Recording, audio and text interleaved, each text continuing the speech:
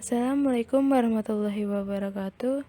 Saya Devi Andriani dari Manajemen Dakwah 5A yang berabsensi 19123101. Saya di sini ingin menyampaikan beberapa materi yang bertemakan analisis kebijakan dakwah. Oke, yang pertama yaitu apa yang dimaksud dengan analisis kebijakan dakwah. Kebijakan dakwah adalah keputusan-keputusan yang mengikat bagi banyak orang pada tataran strategis atau bersifat garis besar yang dibuat oleh pemegang lembaga dakwah.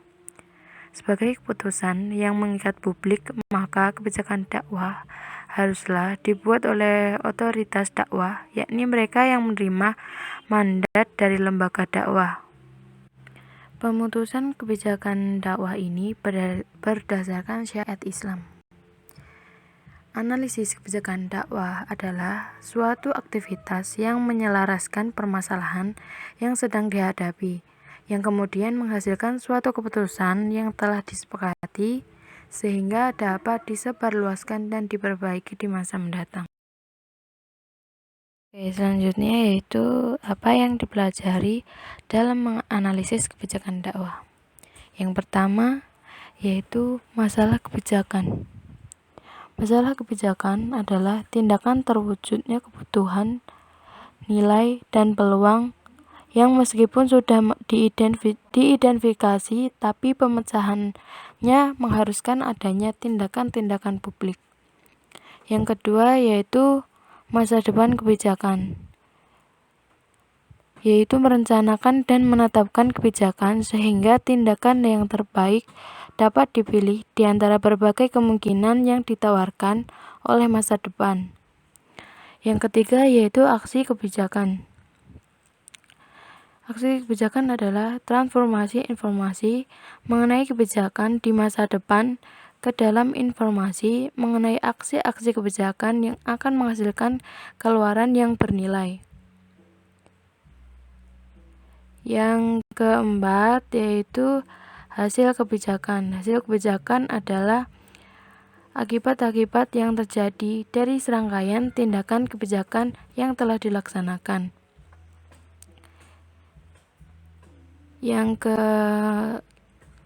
kelima yaitu kinerja kebijakan adalah merupakan evaluasi terhadap ketentuan-ketentuan yang telah disepakati oleh pihak-pihak terkait dan ditetapkan oleh berkewenangan untuk dijadikan pedoman, pegangan atau petunjuk bagi setiap usaha dan kegiatan aparatur pemerintah ataupun masyarakat tercapai kelancaran dan keterpaduan.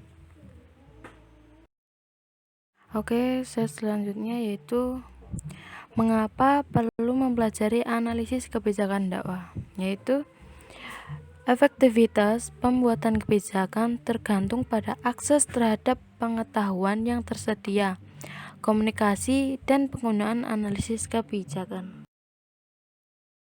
Kemudian yaitu studi kebijakan dakwah memiliki 3 manfaat penting, yaitu yang pertama untuk mengembangkan ilmu pengetahuan atau alasan ilmiah, menempatkan kebijakan sebagai variabel terpengaruh atau dependent variable sehingga perusahaan menentukan variabel pengaruhnya yaitu independent variable. Yang kedua yaitu membantu para praktisi dalam memecahkan masalah atau alasan profesionalis. Dasar teoritis untuk membuat kebijakan yang baik dan memperkecil kegagalan dari kebijakan. Yang ketiga yaitu berguna untuk tujuan politis atau alasan politik. Kebijakan politik yang disusun melalui proses yang benar dan dengan dukungan teori yang kuat memiliki posisi yang kuat terhadap kritik dari lawan politiknya. Kebijakan tidak mudah dicabut karena alasan kepentingan saat lawan politik. Peran dai berdakwah melalui media di masa pandemi COVID-19. Dalam hubungan ini, Ketua Umum Majelis Ulama Indonesia yaitu Kiai Haji Ma'ruf Amin dalam beberapa kesempatan mengemukakan gerakan dakwah melalui media massa harus dilakukan secara profesional dengan terus mengedepankan apa yang disebut Islam wasatiyah atau Islam moderat.